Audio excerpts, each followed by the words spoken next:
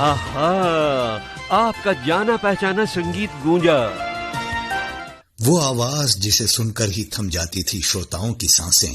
Radio पर जिस अंदाज में कभी अमीन सयानी के मुखारविन से गीतों से सजे एक प्रोग्राम का आगाज हुआ करता था, वो ऐसा होता था कि लोग दिन गिन गिन कर कार्यक्रम के प्रसारित होने का इंतजार किया करते। अरे भाई, यही तो हैं वो सुरमई मनभावन यादें। जी हाँ, यही दुनिया के सबसे ज्यादा लंबे अरसे तक चलने वाले रेडियो प्रोग्राम और वो मखमली आवाज जिसके दीवाने कई मुल्कों के लोग हो गए थे। जी हाँ दोस्तों, आज मैं बात करने जा रहा हूं आवाज की दुनिया के उस शहंशाह की जिसकी बादशाहत का जलवा रहती दुनिया तक कायम रहेगा। ना ही कोई उसके जैसा था और संभवतः ना ही कोई शोहरत के उस पायदान तक पहुंच पाएगा जो अमीन सयानी को हासिल है। तुम्हारा की छाव में सुरों की रिमझिम के साथ साथ फिल्म स्टार्स की आवाजों की किरणें भी बिखरेंगी, क्योंकि बहनों और भाइयों, हमारे फिल्मी गीत हमें हसीन फिल्म स्टारों से भी तो जोड़े रखते हैं। नमस्कार दोस्तों, मैं हूं अफसर और आप देख रहे हैं फ्लैशबैक मोमेंट्स।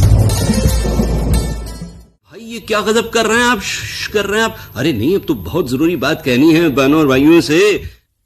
जी हाँ, यही वो आवाज थी जिसे सुनने के लिए 70 के दशक में हिंदुस्तान की सड़कें शाम से ही सूनी हो जाया करती थीं और संगीत प्रेमी दिल थाम कर गीतों से सजी इस संगीतमय हिट परेड की अनाउंसमेंट को सुनने के लिए अपने रेडियो सेट से चिपक जाते थे।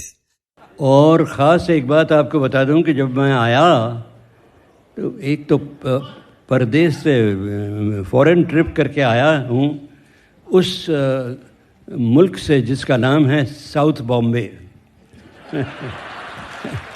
आपने सही पहचाना, ये जादू किसी और का नहीं बल्कि दमदार आवाज के मालिक अमीन सयानी का था, जिसकी हैसियत किसी फिल्म स्टार से कम नहीं।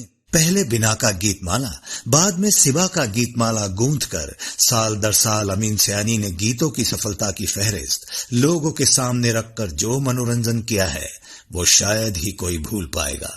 सभी के दिलों पर राज करने वाले अमीन सयानी की आवाज का जादू कल भी वैसा ही था और आज भी है। एक चीज मैं जरूर कह दूं और वो है फिल्म संगीत के बारे में।